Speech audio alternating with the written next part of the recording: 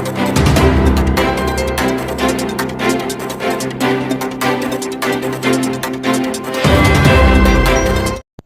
दोस्तों, सबसे बड़ी अचंभा और चौंकाने वाली खबर। चलिए जानते हैं खबर को।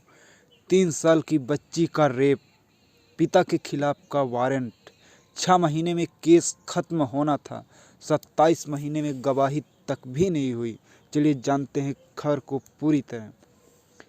यूपी के लखीमपुर जिले से करीब 60 किलोमीटर दूर सिंघई तहसील है। इसमें 10 किलोमीटर दूर है मटहिया गांव। 3 सितंबर 2020 को यहाँ के एक घर से 3 साल की बच्ची गायब हो गई। अगले दिन 4 सितंबर को खेत में उसकी लाश मिली। उसके साथ रेप हुआ था और फिर गला दबाकर मर्डर कर दिया गया। पीड़ित परिवार ने गांव के ही लेखराम पर आरोप लगाया, जिसे पुलिस ने अगले ही दिन 5 सितंबर को गिरफ्तार भी कर लिया। इस घटना को 2 साल 2 महीने और 26 दिन गुजर गए, लेकिन अब भी कोर्ट में एक गवाही नहीं हुई। पीड़ित परिवार का आरोप है कि उनकी पैरवी के लिए जो सरकारी वकील मिला है, वो उन्हें कोर्ट की तारीखों की जानकारी नहीं देता।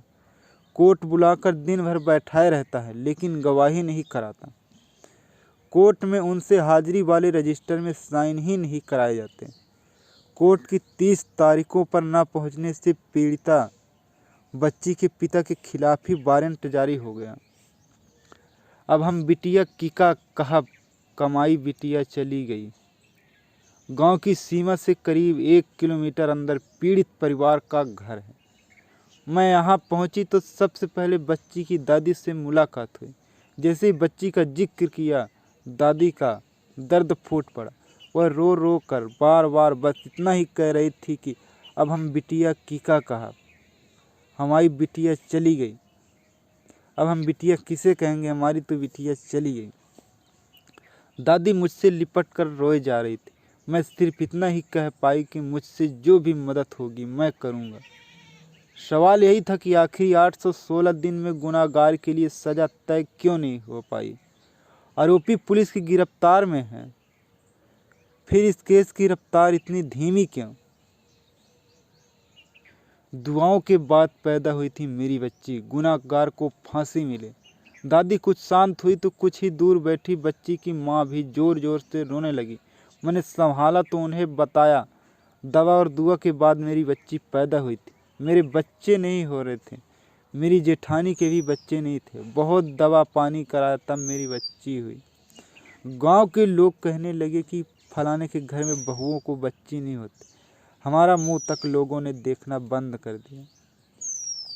माँ से बात करते करते नज़रें उस बच्चे पर जा टिकी जो आंगन में खिलौनों को अपने हाथों में समेटे खेल रहा था। माँ ने बताया, बेटी की मौत के बाद यह बेटा पैदा हुआ। इसके हाथ में जो खिलौने हैं वो सब मेरी बच्ची के हैं। माँ और दादी फिर रोने लगी। केस आगे ही नहीं बढ़ता। बुला लेते हैं लेकिन गवाही नहीं कराते। घर के अंदर से पीड़ित बच्ची के पिता भी आ गए।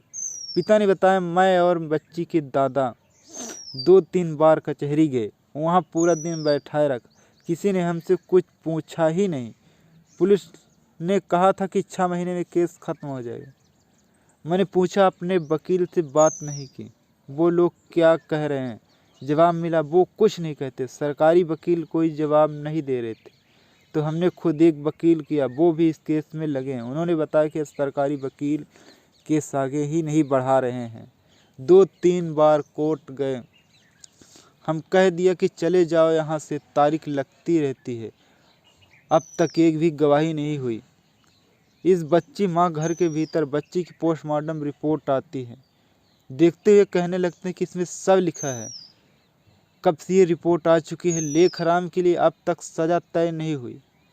धीरे से कहती कि हमें तो पढ़ना ही नहीं आता, लेकिन वकील साहब ने बताया कि इसमें यही सब लिखा है। बच्ची की मौत से रिपोर्ट लेकर मैं पढ़ने लगती हूँ। वे एकदम ठीक कह रही थी कि रिपोर्ट साफ कहती है बच्ची के साथ रेप हुआ और गला दबाकर उसकी हत्या हुई। मन में सवाल उठ रहा था कि इस मामले का आरोप हादसे के अगले दिन से ही जेल में है। घर वाले पूरी तरह आश्वस्त हैं कि गुनाह उसी ने किया। गवाही भी देना चाहते हैं। नामजद रिपोर्ट दर्ज है। मामला कोर्ट में है तो केस आगे क्यों नहीं बढ़ा। कोर्ट में सुनवाई की रफ्तार इतनी धीमी क्यों हो रही है? इस पर लेकर सभी पत्रकार, सभी पुलिस भाइयों ने सरकारी वकील को घेराव किया है। अब देखते हैं आगे क्या खबर मिलती है। तब तक के लिए बने रहे हमारे साथ। धन्यवाद।